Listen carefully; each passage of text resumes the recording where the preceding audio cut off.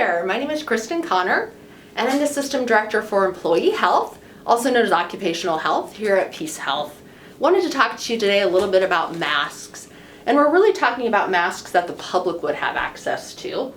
Given that today we are in the state of Washington, we have a new mandate by our governor to wear masks in all public places, as well as outside unless we can socially distance at least 6 feet.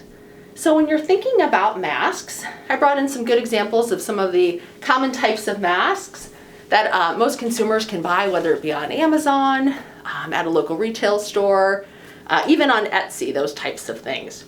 So we have a basic procedural mask. This is another version here. And then also a couple different types of cotton masks. The key with masking is to really remember that you're masking to protect those that are around you. You're also protecting yourself, but really helping to protect those that are around you. So if you have a loved one that might have a chronic disease, might be more likely to get a bad case of COVID, if that were to happen, know that you're protecting them by wearing and donning a mask, but also, again, protecting yourself. So a few keys when you're looking at masking. One thing is to always use a new mask. People tend to reuse these a lot, and unless you have a cotton mask that you can wash, you really don't want to reuse your masks too often.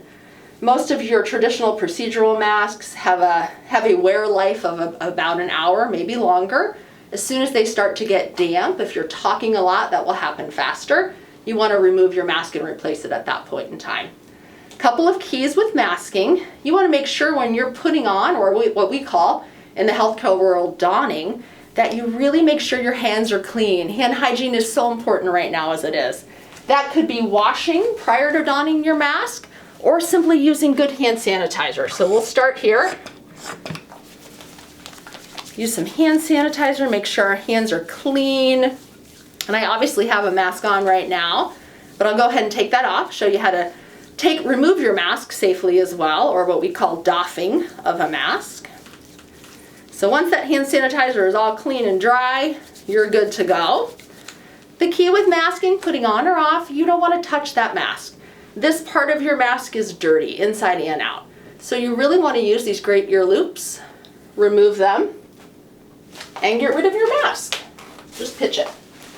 So right now my hands are clean. I've started, I'm going to look at a new mask to put on. Again, this is a basic procedural mask. I'm going to hold on to the ear loops, avoid touching that mask. Put it up over my ears. Now at this point in time, again, my hands are clean. I'm going to tuck it around my chin, and many of these masks have a aluminum piece right here around your nose to fit better. So I'm going to tighten that up around my nose, and I've donned my mask. Obviously it's hard to talk through these masks sometimes, and they do tend to move. Try not to adjust your mask with your hands on the main part of the mask. Come up here, pull it a little bit using these ear loops. And again, try not to touch your face or your eyes. If you do have to make a major adjustment to your mask, again, make sure you use some hand sanitizer or wash and dry your hands before doing so.